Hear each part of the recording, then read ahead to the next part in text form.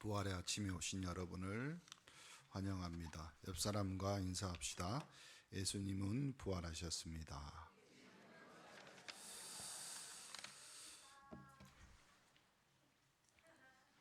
안식일이 지났습니다.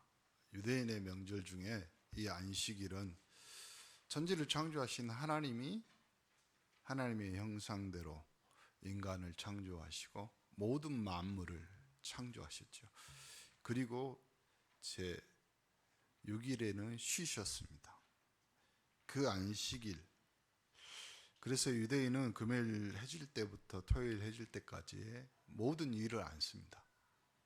모든 것 어느 정도냐면 엘리베이터 이거 버튼도 안 누릅니다. 그러면 어떻게 해야 될까요? 그 안식에는 모든 층에 버튼이 눌려져 있습니다. 그래서요, 모든 층이 있습니다. 그러니까 혹시 여러분이 유럽이나 다른 나라에 갔을 때 모든 층이 쓰는 엘리베이터는 유대인 건물입니다. 그 안식일이 지나 어제 이제 밤에 예수님 십자가에서 고난 당하시고 엘리 엘리 라바 사박다니 하나님 하나님 어찌하여 나를 버리시나이까. 그리고 내가 다 이루었다 말씀하시고 그 영혼이 하나님의 손에 맡겨집니다. 그 안식일이 지나고 나서 막달라 마리아와 야고보의 어머니 마리아 또 살로메, 그러니까 마리아와 친척 관계라고 그러죠. 예수님께 바를 또 시체에 바를 향품, 향품이 향기 나는 기름인데 두 가지 종류가 있어요. 몰약과 또 예수님 발에다가 기름을 부어서 죄 많은 여인이 머릿결로 예수님을 닦는 그때, 그러니까 이 여인이 예수님 발에 부었던 기름은 감람유라고 그러거든요. 이 감람유는 어느 정도냐면 신부 혼수 지참금입니다.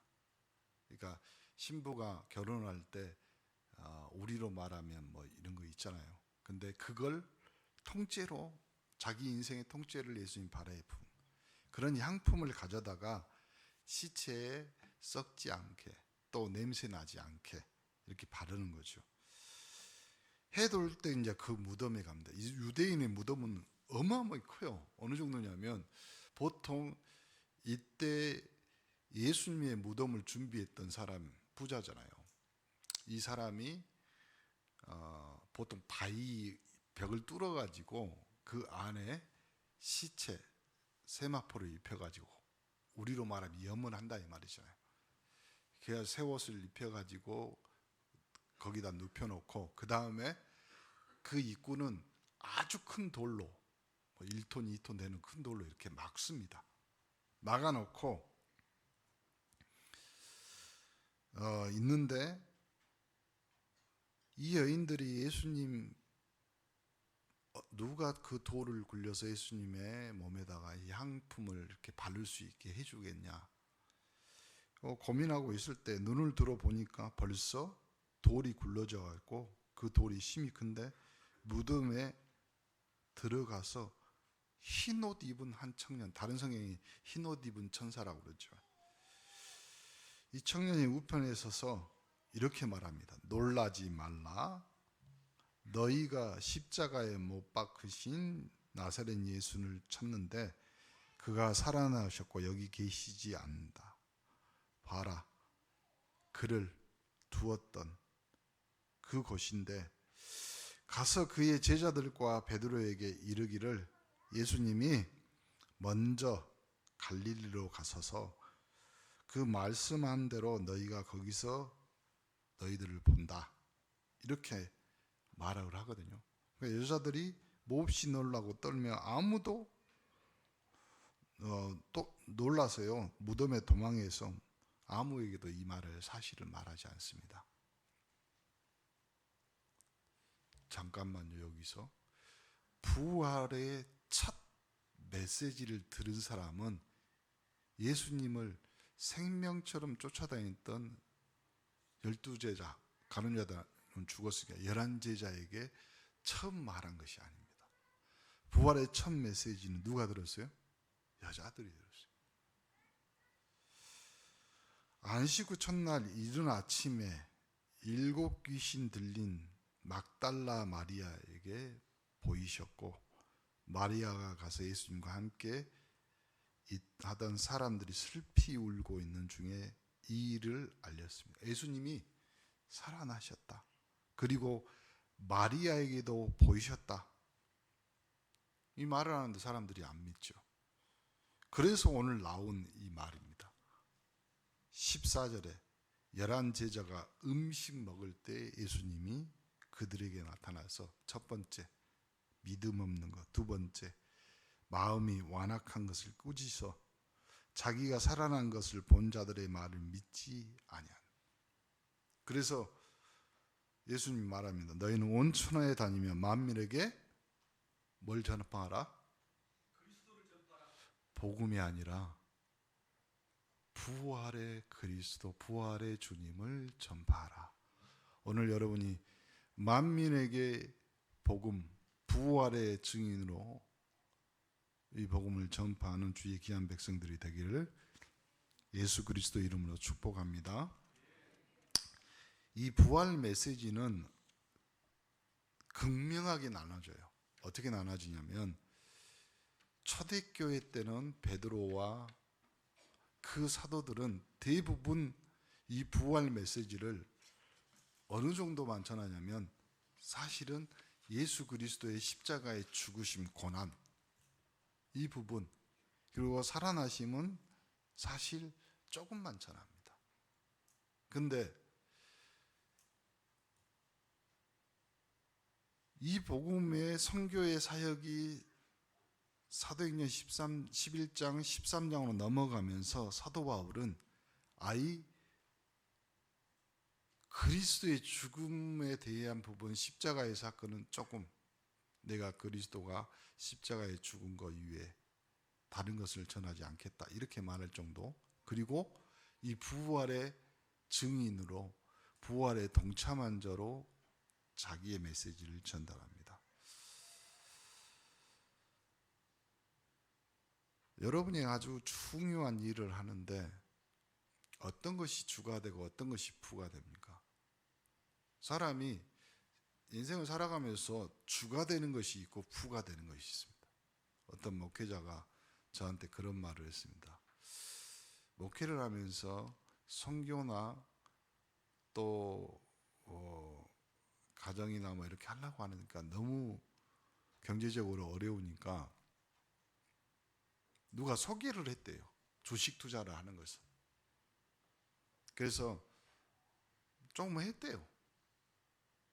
많이는 안 하고 엄마 돈, 그러니까 어머니 돈, 그리고 자기 대출 받아서, 그래서 어느 정도 하셨냐 그랬더니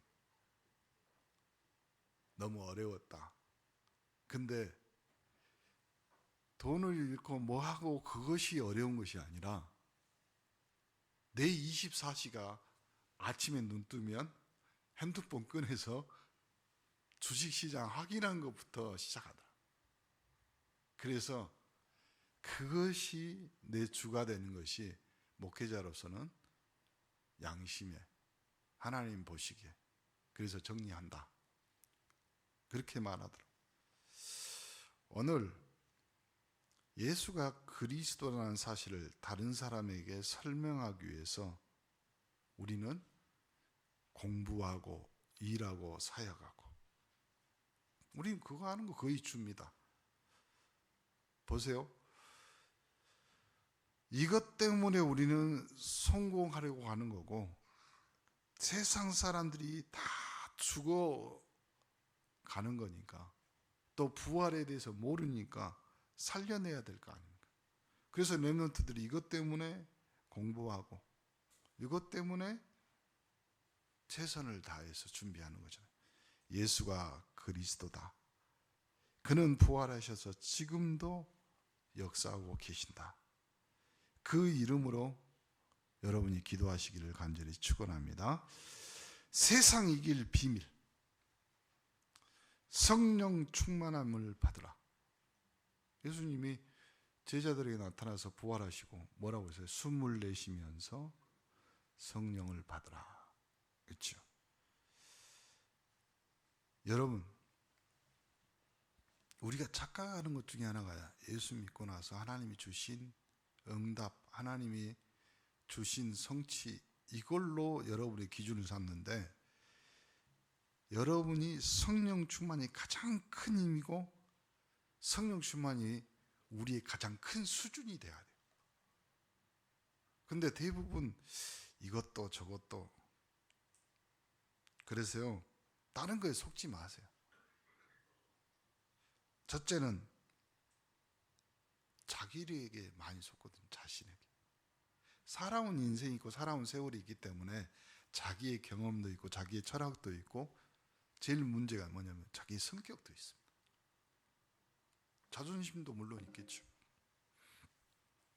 그러니까 제일 처음 자신에게 속지 마시고, 두 번째는 환경. 여러분, 환경은 세월 지나면 바뀌어요. 더 좋아질 수도 있고 나빠질 수도 있잖아요. 그러니까 좋아지는 거에 너무 만족해서 바뀝니다. 너무 나빠진 것 때문에 낙심한, 그럴 필요 없습니다. 그렇죠? 혹 영적 문제나 또 질병으로 고통하신 분 계십니까? 걱정하지 마세요. 하나님이 여러분의 몸의 환경도, 건강의 환경도, 삶의 환경도 바꿔주시기 분명히 믿으시기를 간절히 축원합니다. 세 번째는 사람 때문에 속지 말고. 누구 때문에? 목회하면서 제일 많이 듣는 말이 그겁니다. 누가 그랬고 누구 때문에 그렇고. 근데요, 제가 가만히 보면서 깨달은 것이 있어요. 이것이 어디서부터 출발했을까? 창세기 3장에서부터. 그렇죠? 여자가 나에게 이것을 주어서, 아니 뱀이 이걸 먹으면 어떻게 된다고, 때문에. 여러분, 때문이 아닙니다.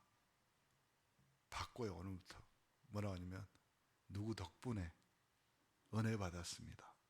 누구 덕택에, 덕분에. 그렇죠? 그러니까 안 그러면요, 때문에 그러면요 뭐든지 걸려요. 과거 무슨 사건 때문에, 그때 그렇게 했어야 되는데 그것 때문에. 아니라니까요. 여러분, 하나님의 시간표는 오늘입니다. 지금입니다. 그래서 지금도 영원토록 알파와 오메가로 하나님의 은혜와 하나님의 역사와 하나님의 축복은 동일합니다. 그래서 영원토록 동일하십니다. 그래서 예수는 어제나 오늘나 영원토록 동일하다, 그 말 안에는요 이런 말이 있습니다. 누구든지 주의 이름을 부르면 구원을 받는다. 과거, 현재, 미래가 아닙니다. 지금입니다. 오늘, 내일 무슨 일이 생길지 모르잖아요.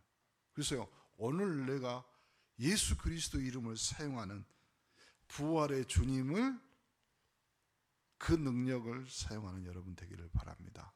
그래야지 죽음과 같은 사망의 골짜기에서도요, 주는 그리스도시요 살아계신 하나님의 아들이십니다. 여러분, 누구 때문에, 그리고요, 이것 때문에, 또 남편 때문에, 아내 때문에 그러면요 뭐가 덮쳐요? 흑암이 덮쳐요. 사망이 덮쳐요. 그리고 마음이 이상해집니다. 그러면 제일 이상해지는 것 중에 하나가 뭐예요? 내 기분이 이상해지죠. 내 기분이 이상해지잖아요. 마음이 이상해집니다. 내 마음이 이상해지면 내 몸이 이상해집니다. 그러면 내 몸의 컨디션 겁나 잘 알아요. 엄청 잘 압니다. 그렇죠? 여러분 뭐 어디 가서 뭐 검사했는데 갑자기 무슨 수치가 높아지고 뭐 염증 수치가 높아지고, 근데 원인이 없는데 그러면 의사들이 대부분 뭐라고 하는지 아세요? 스트레스성. 그 말이 무슨 말이에요? 누구 때문에 그랬다 이 말이에요. 그러니까 오늘부터는 예수님 때문에 나는 사망에서, 죽음에서 부활하여 하나님 앞에 예배드릴 수 있는 자가 됐습니다. 감사합니다. 그러면 돼요. 그래야지 벗어나지. 안 그러면요 계속 네. 제가 결심을 했어요. 제가요 머리가 흰머리가 나는데 좀 부활시켜 보려고 검은색으로 계속 염색하다가 그냥 냅두자. 하나님이 부활시킬 것이다. 무슨 색으로? 흰색으로. 그리고 결론을 내렸어요. 그냥 머리만 이발만 잘하자. 그냥 내 눈을 속이는 것 같아요. 근데 왜 속이냐면요, 염색하면 눈이 좀 침침해진 것 같아요. 거울 봐도 좀 내가 아닌 것 같고, 내가 갑자기 보면서요, 염색하고 나서 머리 감고 나서 머리를 빗고 거울을 보잖아요. 그러면 너무 얼굴이, 아니 또 머리카락이 검어잖아요. 그럼 가발 쓴 것 같아. 한동훈 같아. 막 이래가지고 나도 좀 이상하더라고. 그래서 그냥 성경 본문의 가장 중요한, 오늘 그러잖아요. 너희가 증인이 될 것이다. 그렇죠? 오늘 14절에 보면 불신앙에 대해서 꾸짖잖아요. 11 제자가 음식 먹을 때 예수께서 저에게 근데 여기서 중요한 말이에요. 음식 먹을 때 하필 나타났을까요? 그래서 뭐 찾아봤어요. 목사님 또 이런 이상한 데 꽂히거든. 그래가지고 찾아봤는데 뭐가 나오냐면요, 그때 예수 그리스도가 십자가에 죽고 뿔뿔이 다 흩어졌잖아요. 그래서 숨어 지낸 거잖아요. 딱 모일 때가 언제예요? 사람 먹어야 살 거 아니에요. 먹을 때 다 모인 거야. 그러니까 예수님도 타임을 안 거야. 여러분들이 일일이 다 찾아가려면 힘들 것 같고, 딱 먹을 때 나타나가지고 뭐라고 했어요? 저희의 믿음 없는 것, 마음이 완악한 것을, 자기의 살아난 것을 본 자들의 말을 믿지 않은. 오늘 성경은 완악하다고 그랬잖아요. 한번 봐보세요. 세종대왕 때 핸드폰이 나왔다. 그러면 그때 사람들이 믿겠어요? 여기서 일본에다 전화할 수 있고, 여기서 어디다 전화할 수 있고, 여기서 여수에서 어디까지 전화할 수 있고, 안 믿어요. 고종 때 우리나라에 전화가 왔거든요. 그것도 선교사를 통해서. 그러니까 하나님은 우리 참 세계가 아니잖아요. 그리스도가 부활했다는 사실을 어떻게 사람이 믿어요? 완악한가? 못 믿는 겁니다. 제자들이 사람들이 본래부터 계속 불신앙에 빠져 있잖아요. 사람들은 세 가지 보면 안 되잖아요. 친구 보면 알죠. 또 사람 사귀는 거 보면 알잖아요. 또 그가 가지고 있는 신앙 보면 알잖아요. 대부분. 우리가 위기상 닿으면 그 사람의 수준을 알 수 있잖아요. 성도들도 마찬가지예요. 다들 믿음 좋고 예배 시간에 다 목사님 메시지 하니까 다 아멘하고 뭐 그러면 다 괜찮다. 안 그래요. 불신앙은 다른 말로 하면 평소 때 있는 거예요. 평소 때. 뭐 언제 불신앙하냐 이것이 아니야. 평소 때. 그러니까 니고데모라는 사람이 예수님 찾아왔잖아요. 그 밤중에.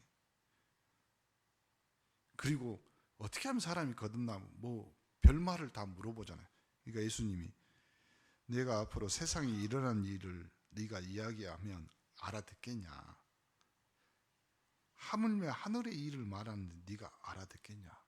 그러면서 예수님이 다른 말 안 하잖아요. 그냥 믿어. 하나님이 독생자를 주셨으니 믿는 자마다 영생을 얻는다.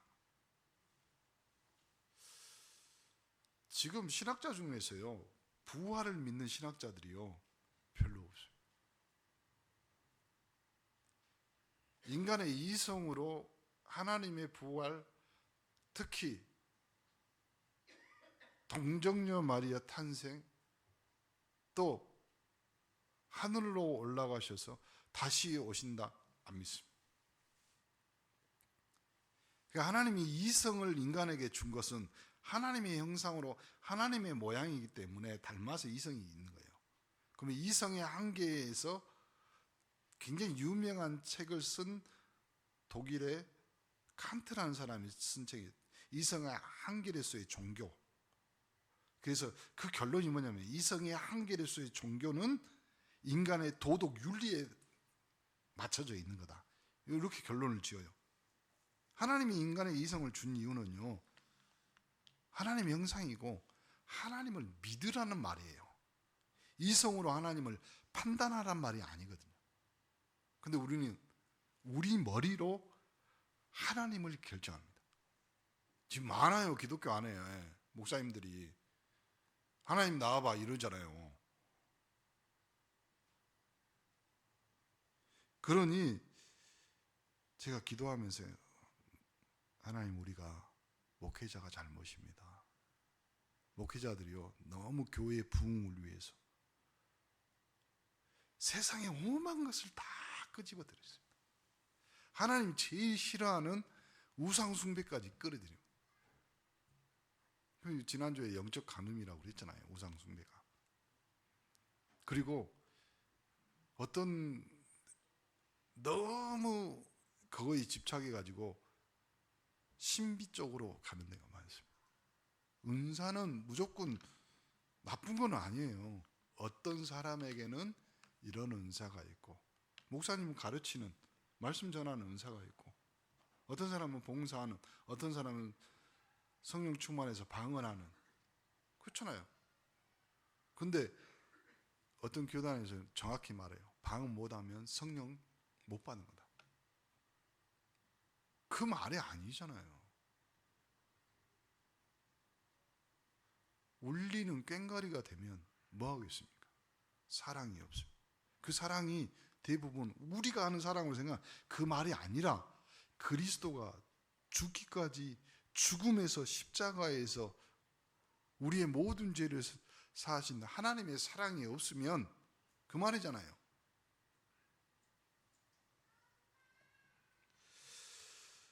이래 가지고 목회자들이 지금 또 신학적으로 가르치는 건 창세기는 신하다.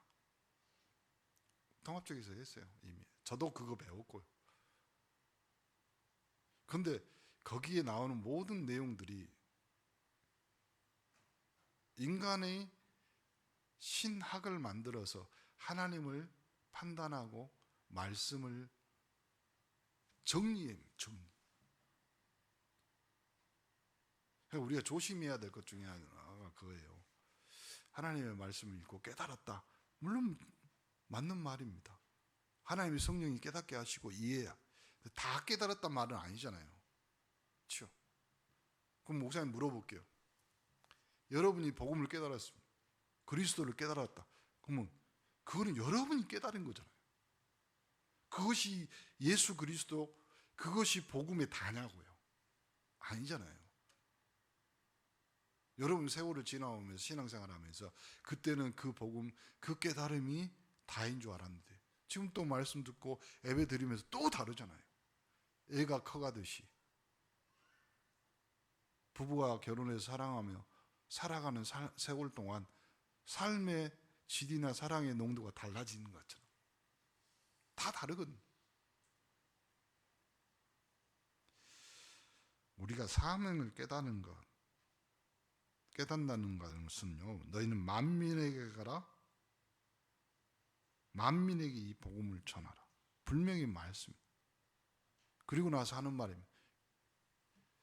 그 부활의 주님 그 복음을 전파하면 당연히 따라오는 것이 표적이 따른다. 내 이름으로 내 이름으로 뭐라고요? 귀신을 쫓아내. 어떤 귀신이? 사망, 저주, 재앙. 부활의 주님 그 이름 아니면 없습니다. 그거 아니면 절대로, 그러니까 여러분의 가정 가문에 역사하는 모든 저주, 재앙, 사망의 권세는 부활의 그리스도, 나사렛 예수 그리스도의 이름으로 증거, 성전 미문 앞에 앉아있는 평생 한 번도 걸어보지 못하는 안진뱅이에게 은과 금은 내게 없거니와 내게 있는 것 내게 주노니, 그 부활의 그리스도를 본 베드로와 요한이 뭐라고 했어요? 나사렛 예수 그리스도의 이름으로 일어나 걸어라. 여러분은 우리의 인생도 마찬가지입니다. 우리는 무덤 속에 잠자는 자 같은 인생이었지만 이제는 그리스도의 부활을 통하여서 우리가 이제는 그리스도가 첫 열매가 되셨듯이 우리도 신앙과 믿음의 성령의 열매를 맺어가는 부활의 그리스도를 믿는 하나님의 백성 증인인 줄 믿습니다. 분명히 말하잖아요. 내 이름으로 귀신을 쫓아내며, 내 이름으로. 또 생각해 보세요. 지금 100%가 귀신 문화잖아요. 요즘 파묘라는 영화 지금 1000만 명 올해 처음으로 그랬잖아요. 기독교 집사가 만든 영화거든요. 영화 장르에 오컬트라는 장르가 있어요. 여러 가지 그 사람이 영화를 만들었는데 그 영화에 무당이 나오고 또 묘를 파헤쳐 갖고 이장하고, 저도 이제 줄거리만 인터넷에서 본 거거든요. 근데 거기다가 영화 평론가들이 해석해 놓은 것을 잠깐 보니까 뭘 했냐면, 우리나라의 일제 시대 그리고 이렇게 한거하고 이렇게 접목시켜 가지고 그 문화를 영화를 만든 거예요. 이렇듯 귀신 들린 뉴에이지 문화, 이 영적 문화가요 완전히 세상을 100% 지배하고 있어요. 그거 아니면 흥행이 안 되잖아요. 또 새 방언을 말하며, 기도할 때 방언 말하기도 하지만요, 새 방언이 뭐라, 우리가 현장 갔을 때 이 복음을 전달하고 전도하는 내 입이 열려야지. 내 입이. 뱀을 집으며, 무슨 뱀이요? 뱀 잡으러 다닌다는 말이 아니잖아요. 영적인 놀라운 권세를 말합니다. 그렇죠? 무슨 독을 맞아도 죽지 않는다. 그 말은 어떤 위기에서도 보호하실 것이다. 여러 가지 시험, 거기서도 많은 공격에서도 보호할 것. 병든 자에게 손을 얹은 즉 나으리라. 그러니까 여러분, 진짜 여러분 스스로도 손을 얹고, 또 제발 부탁입니다. 여러분 산업에도요, 여러분 사업에도요, 직장 들어가기 전에 문 잡고 기도하세요. 손을 얹은 즉 나으리.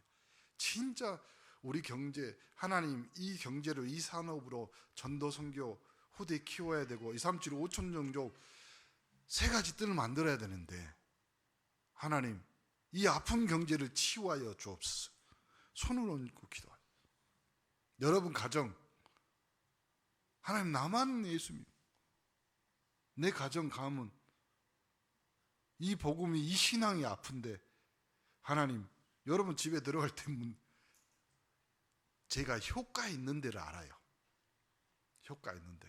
제가 무당은 아니지만 효과 있는 데를 정확히 압니다. 어디냐면 어디다 손을 얹고 현관문 열기 전에 딱 거기다 손 얹고 기도하세요.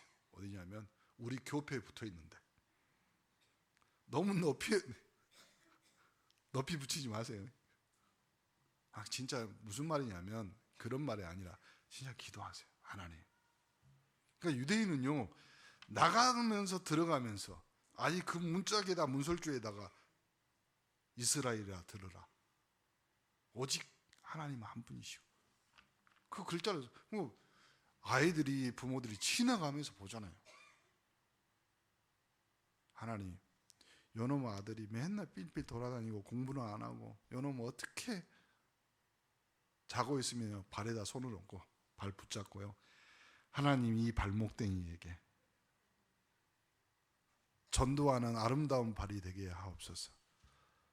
맨날 컴퓨터만 하고 뭐 핸드폰만 하고 잘 때는 안 들고 있을 거 아니에요. 손을 붙잡고.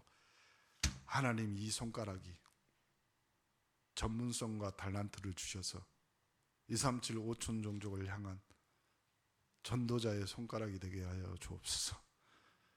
핸드폰 누를 때마다 액정이 깨지게 하시고. 그냥 기다.